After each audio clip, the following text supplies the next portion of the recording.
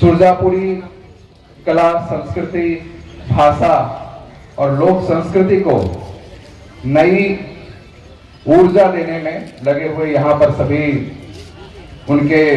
संरक्षक, उनके प्रणेता, आप सभी न केवल बधाई के पात्र हैं बल्कि आप सभी धन्यवाद के भी पात्र हैं कि आप भारत की इस लोक संस्कृति को जीवंत बनाने में अपना महत्वपूर्ण योगदान दे रहे हैं। आप सभी को मैं ये बताते हुए मुझे हर्ष भी हो रहा है कि भारत, आप सभी जानते हैं कि भारत विविध संस्कृतियों का एक इंद्रधनुषी रूप है, जहां सभी भाषा, सभी संस्कृति, सभी मजहब के लोग एक साथ रहते हैं। और सुरजापुरी, जिसके बारे में आज हम इस महोत्सव में, चूंकि यह प्रथम महोत्सव है, यह शुरुआत है, तो किसी भी चीज की जब शुरुआत होती है तो हमें अंदाजा भी नहीं रहता कि ये आगे कहां तक पहुंचेगा। और मुझे पूर्ण विश्वास है कि ये शुरुआत जब आज हो चुकी है तो ये अपने नए स्वरूप में, नए रूप में न केवल किशनगंज, पूरे बिहार और पूरे देश में अपनी नई पहचान भी बनाएगा। हमारे संस्कृति की जड़ काफी मजबूत है और सुरजापुरी केवल एक भाषा नहीं, यहाँ की लोक संस्कृति है, यहाँ का ताना बाना है, यहाँ की माटी है, यहाँ की सुगंध है। और इसकी महक किसी एक जाति, एक धर्म तक नहीं, बल्कि मिश्रित आबादी वाले इस क्षेत्र सीमांचल के एक अद्भुत संयोग को दर्शाता है, जहां आपके खान पान, आपके पहनावे, आपके रहन सहन से लेकर आपके बोलचाल तक ये फैली हुई है। हर क्षेत्र की, हर समाज की, हर देश की पहचान उनकी संस्कृति से होती है और हमें अपनी संस्कृति कभी नहीं भूलनी चाहिए, क्योंकि जड़ें जब मजबूत होती हैं तभी बड़ी इमारत बनती हैं, जड़ें जब मजबूत होती है तभी उस पर वट वृक्ष बनता है। तो यहाँ के लोगों से भी अपील है कि इस संस्कृति को, जिसको हम भूलते जा रहे थे, आज यह मौका है,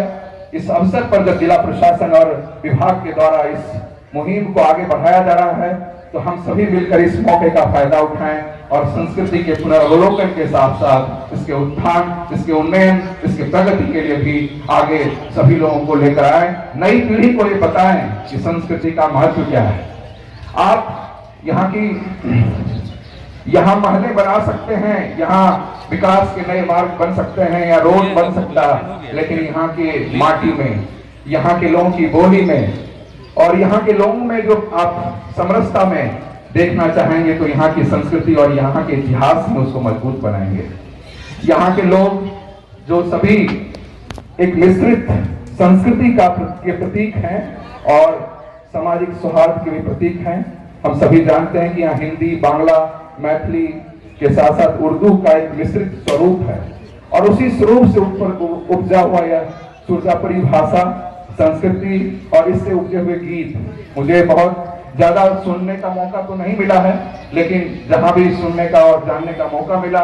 यहाँ की लोक संस्कृति में, चाहे वो विवाह गीत हो, पर्व त्योहार हो, ईद, मुहर्रम, छठ हो, सब में सुरजापुरी की एक खास मिठास होती है, एक खास उसका एक व्यवहार होता है। तो इसी उम्मीद के साथ कि संस्कृति हमारी पहचान होती है,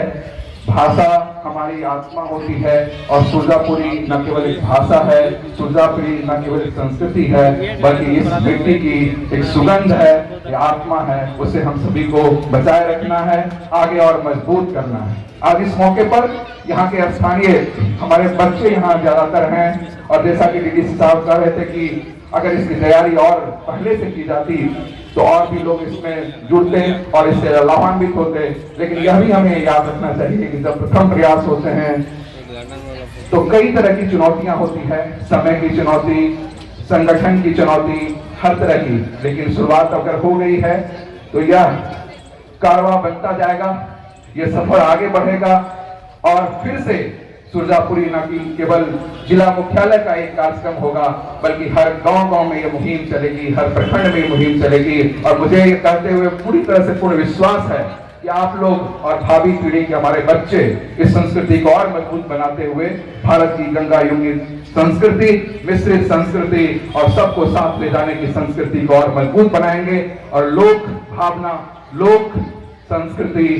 और लोक जागृति का एक प्रमुख केंद्र के रूप में सीमांचल और सोजापुरी संस्कृति उभरेगी। इन्हीं आशा विश्वास के साथ आज इस कार्यक्रम को आप सभी जो लोग करवा रहे हैं और इसमें इतनी मेहनत किए हैं और इस संस्कृति को, इस भाषा को जीवंत रखे हैं, उन सभी को पुनः आभार, पुनः धन्यवाद और आपके इस कार्यक्रम की पूर्ण सफलता और आगे के आगामी वर्षों में इसे और नई ऊंचाई देने की शुभकामना के साथ बहुत बहुत धन्यवाद। जय हिंद, जय भारत।